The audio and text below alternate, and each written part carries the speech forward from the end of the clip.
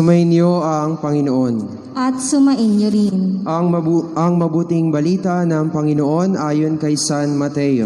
Papuri sa iyo, O Panginoon. Noong panahong iyon, matapos pakainin ang mga tao, agad pinasakay ni Jesus sa bangka ang kaniyang mga alagad at pinauna sa kabilang ibayo, samantalang pinauuwi niya ang mga tao. Pagkaalis ng mga ito, umahon siya sa burol upang manalangin. Nag-iisa siyang inabot doon ng gabi. Samantala, nasa laot na noon ang bangka at sinasalpok ng mga alon sapagkat pasalungat sa hangin. At nang madaling araw na'y sumunod sa kanila si Jesus na naglalakad sa ibabaw ng tubig. Kinilabutan sa takot ang mga alagad nang makita nilang may lumalakad sa ibabaw ng tubig. Multo, sigaw nila. Ngunit agad siyang nagsalita at sinabi sa kanila, "Huwag kayong matakot, si Jesus ito." Nagsalita si Pedro, "Panginoon, kung talagang kayo iyan, paparianin ninyo ako sa ibabaw ng tubig." Sumagot siya, "Halika." Kaya't lumunsad si Pedro sa bangka at lumakad sa ibabaw ng tubig palapit kay Jesus. Ngunit nang mapansin niya ang hangin, siya'y natakot at nagsimulang lumubog. "Sagipin ninyo ako, Panginoon," sigaw niya. Agad siyang inabot ni Jesus. "Napakaliit ng iyong pananalig," sabi niya kay Pedro. "Bakit ka nag-alinlangan?" Pagkasakay nila sa bangka, tumigil ang hangin at sinamba siya ng mga nasa bangka. "Tunay na kayo ang anak ng Diyos," sabi nila. Mga kapatid, ang mabuting balita ng Panginoon. Pinupuri ka namin, Panginoong Hesukristo. Magsiupo po ang lahat. Magandang magagabi na po sa inyo lahat. Isa po sa mga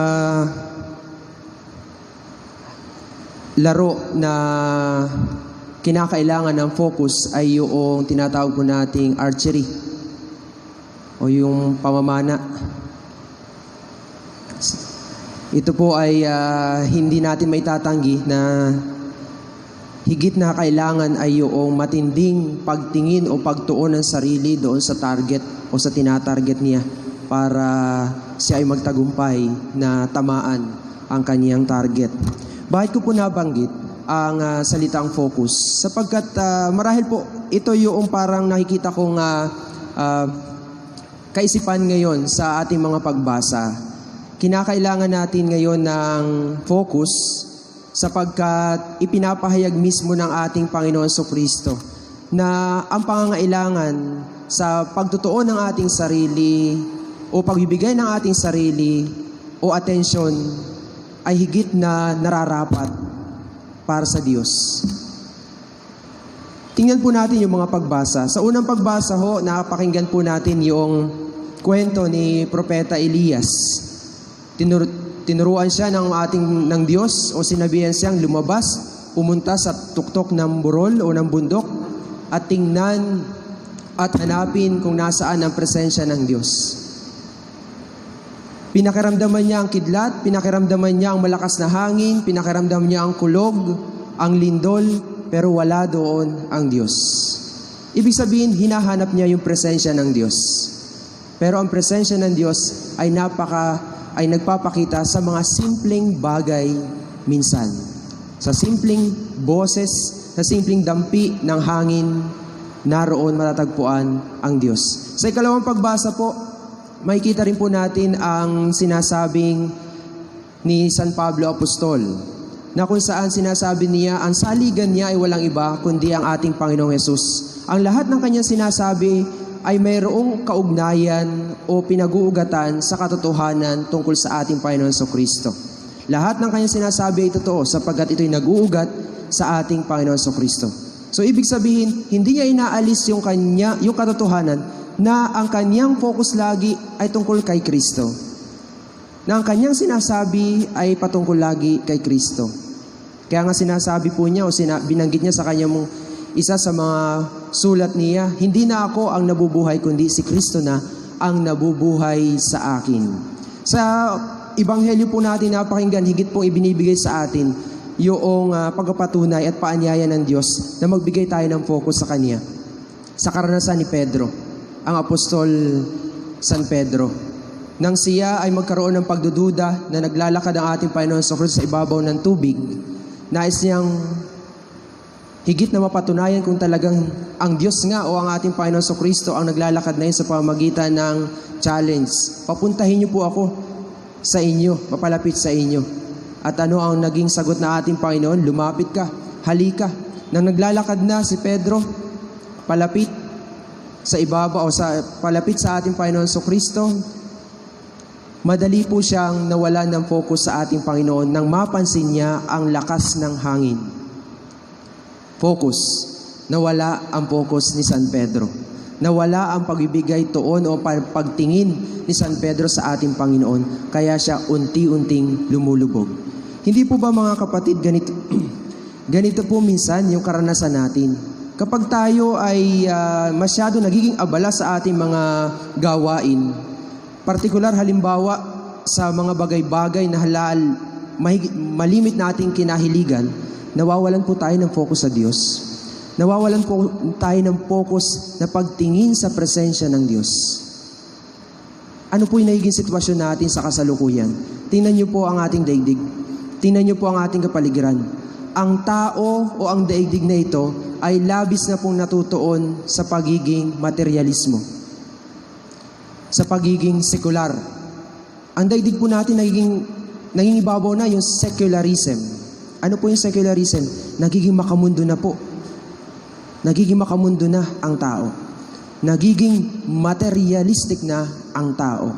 Gusto lagi ng tao party-party. Gusto lagi ng tao ay magkamal ng mga kayamanan. Gusto lagi ng tao ay kung papaano magiging marangya. Saka na yung pagsimba. Saka na yung paikisangkot sa mga activity ng simbahan. Dito tayo sa higit na mas masaya. Nakakalungkot dyan simbahan, nakakabagot. Malungkot dyan. Wala tayong magaganansya dyan. Kaya ano ang tuon ng tao ngayon? Ano binibigyan ng pansin? Doon sa mas masaya, doon sa mas maligaya. Party-party. Tanong ho, hindi na po natin ngayon magawa ang pagpa-party-party. Sapagkat narito na yung pandemya. Ang tanong dito ay, siguro ho, kinakatok tayo ng Diyos. Kinakatok nga ba talaga tayo ng Diyos? Hindi na po natin magawa. Hindi na natin magawa yung dati nating kinahiligan. Hindi na natin magawa yung kung ano yung dati nating kinabiyasnan. May pandemya na. Sa isang banda, pwede ho natin tingnan na ang sitwasyon nating ito ay isang pagkublit sa atin ng Diyos. Hoy, saan ka na nakatingin? Sino na ang focus mo? Ano na ang focus mo? Nakakatuwa naman pong isipin sapagkat sa kabila ng pandemyang ito, maraming tao ang nagbalik loob sa Diyos. Marami ang tao ang naturuan na muling tumawag sa Diyos. Nakakatuwa ho tingnan sa mga social media, nariyan po, punong-puno po ang social media natin, partikular sa Facebook, punong-puno ng mga dasal. Punong-puno ng mga kaisipan at kasaloobin ng mga tao na sana matigil na ang pandemyang ito. Nagbabalik loob tayo ngayon sa Diyos.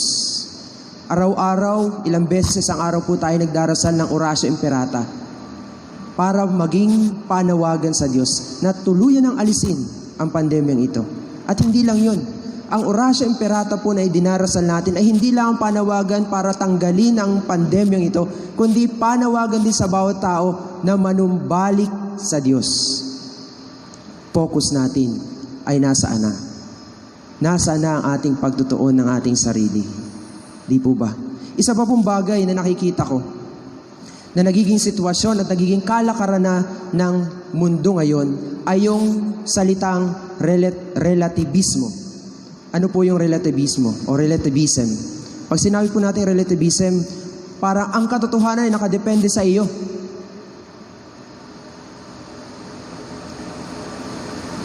Kung ano yung tama, nakadepende sa iyo. Halimbawa, Pag sinabi ko, ang librong ito ay calculator, wala kang pakialam.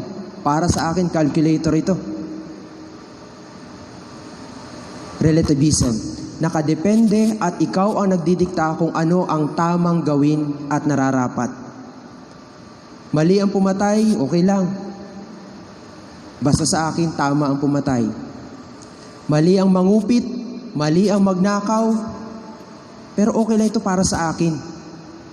Ikaw ang nagdidikta ng tama at totoo para sa iyong sarili. Ikaw na nagbibigay ng kahulugan sa buhay mo. Hindi na nakabase ang kahulugan mo sa kautusan ng Diyos.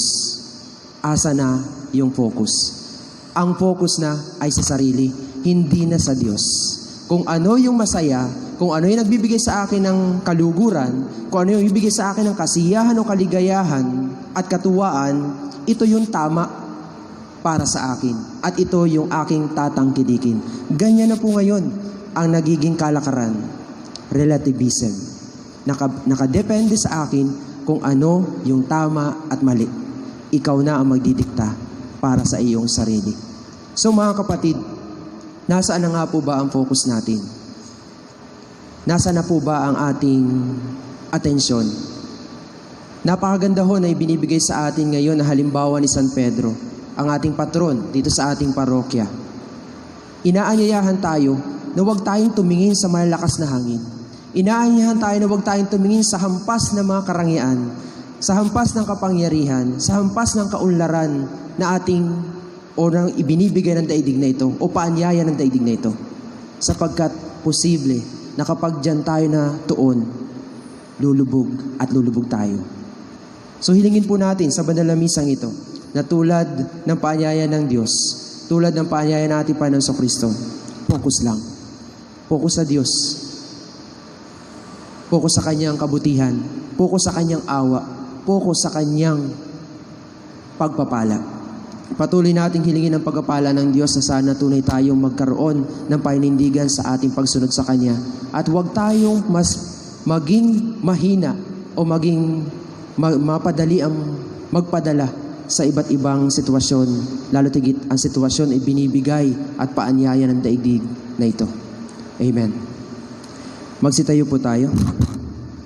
Ating sama-samang ipahayag ating pananampalataya.